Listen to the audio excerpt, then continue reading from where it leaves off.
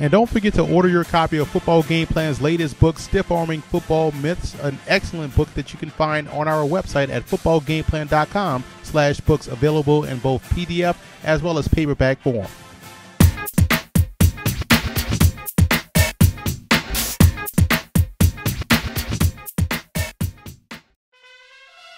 For the Saints in this ball game, you want to force the Dallas Cowboys downhill on the ground. The Cowboys love to run off tackle, and if they get the edge, it could be a long day in trying to stop the run. Force these guys to run downhill inside that guard-to-guard area, and that way you can have some success. And on defense, you have to allow the safeties to play cleanup. I would go aggressive on the corners and allow those safeties to play too deep to make plays on a football. Roma will give you at least 2 opportunities to make plays, and those safeties have to step up big and create turnovers. And the Saints have to win the special teams battle in order to come away successful. Dwayne Harris is an outstanding kickoff and punt returner, and they have to win the third element of the game if they want to have a chance of knocking off the Cowboys.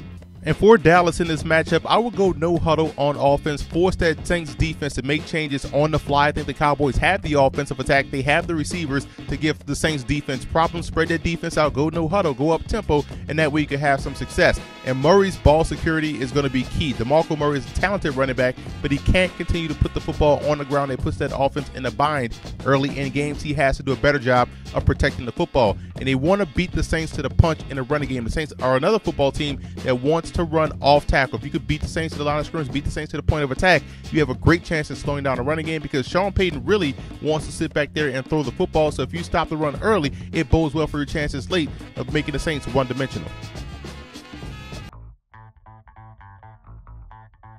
This week versus the Dallas Cowboys, the New Orleans Saints passing game could have some success deep down the field. I'm going to show you one play they can utilize to try to catch the Cowboys secondary in a bad switch defense. I'm going to show you what I'm talking about here. You see how when you align trips to one side, tight end on the backside, you try to get cornerbacks to pass guys off. And when you run certain routes, you kind of get these guys caught up in the trash, caught up in the wash. Now, one route the Saints run a lot that's virtually unstoppable is the turn route with the tight end. So right here on the backside, you have the tight end running the option turn route. He can turn in or out depending on how the backer or safety is playing him. You can hit that all the way down the field. That's a 5-yard gain easily. And you want to show a short play action front side as well, but you're really coming backside. Now what you're doing with the receivers, you see we have Colson on the outside, Brandon Cooks the rookie on the inside, and we have the speed with Robert Meacham also on the inside. So what we're going to do to try to influence these guys to make a bad switch, we're going to take Colson and he's going to run the post, try to cross the face of the free safety. You want him to take that free safety out of the play, because we either want to go to Meacham or Cooks. Now we're going to run Cooks inside as if he's going on a crossing route, hopefully trying to influence those backers. We have Meacham running up and down the sideline, trying to get that cornerback in the bind. And again, with his speed going down the sideline, running essentially a rail route, that's a big play waiting to happen. And now what you're doing with Cooks, you're whipping him back out, running against coverage, stopping, coming back, and hopefully Drew Brees could hit 1, 2, or even 3, depending on how they play him. So again, you see where trips and where defense is trying to pass guys off, you have some advantages in your offense, especially when you have the playmakers like the Saints have in Colston, Cooks, and Meacham with Jimmy Graham on the backside. A lot can happen for a defense. That's why it's tough to defend the Saints when they go spread.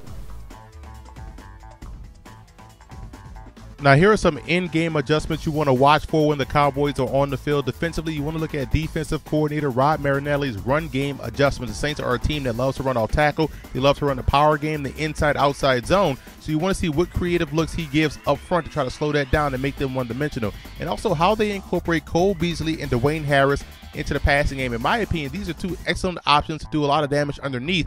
Can they get these guys involved in the offense to spread out that defense of the Saints? I think that's how they can have some success. And Tony Romo's mobility, in my opinion, could be another X factor in this game. He's a guy that you can't allow to escape the pocket and extend plays. Otherwise, he can do a lot of damage to your defense.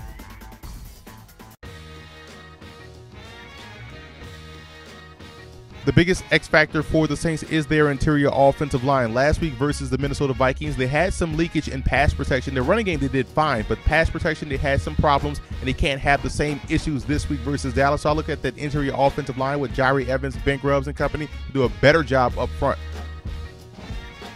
And for the Cowboys, you look at the cornerbacks being the X factor in this game. We know the Saints want to pass the football more often than not, and we heard about the issues, the well-documented issues with the cornerback play out there in Dallas. So these guys, Brandon Carr, Morris Claiborne, Orlando Scandrick, they have to bring their A game to try to force the Saints to go elsewhere in the passing game instead of on the edges.